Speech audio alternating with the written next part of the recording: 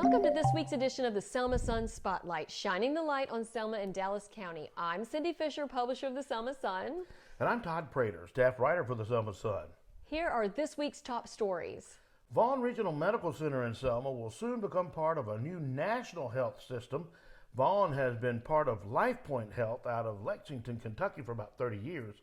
But LifePoint recently acquired Kindred Healthcare, and as part of that acquisition, the company's created a new company called ScionHealth. It'll be made up of 61 hospitals from Kindred and 18 from LifePoint. Vaughan and its sister facility in Andalusia are two of those facilities. Vaughan CEO David McCormack says that as part of the ScionHealth, Vaughan will continue to have access to capital to invest in the facilities and the community, and there's also going to be resources and support to enhance healthcare delivery and expand services available to patients in Selma and in Dallas County. He also said that the transition from LifePoint to ScionHealth will be so seamless that patients and staff will not even notice. That's exciting news. That's big news.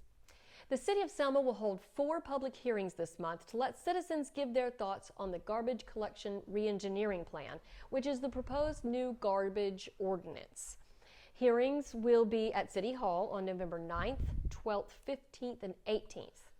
Public Safety Committee Chairman Clay Carmichael says that only about half of Selma residents follow the current ordinance and have the required garbage container. Because of that, garbage from homes without containers is often disposed of illegally.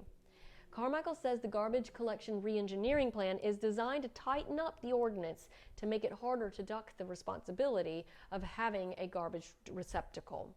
The ordinance sets penalties for not paying garbage collection fees, including placing a lien on the property.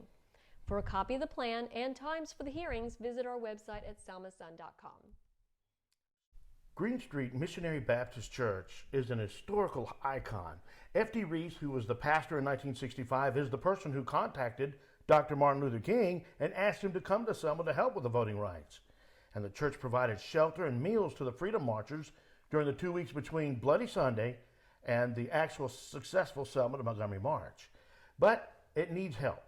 A shrinking congregation meant less money in the collection plate, and that made it difficult to keep the upkeep and maintenance up.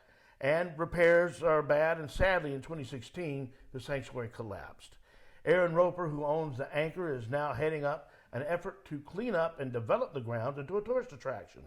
The spot where the sanctuary stood will be developed into a green space with memorial garden.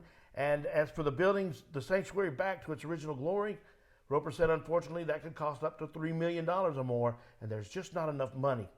But right now, there is a fundraising campaign underway. You can donate through GoFundMe, the Cash App, or PayPal. Just search for Green Street Baptist Church. December 5th, they're going to have Sunday school at 9:15 and worship at 11 in the education building. That is so exciting they're redoing It'd be nice to see that done. The Dallas County Family Resource Center will once again host the Christmas Tree Winter Walk fundraiser in downtown Selma, but this year it'll have a slight twist. Instead of setting up at Riverfront Park or along Broad Street, trees will be set up in Phoenix Park across from St. James Hotel.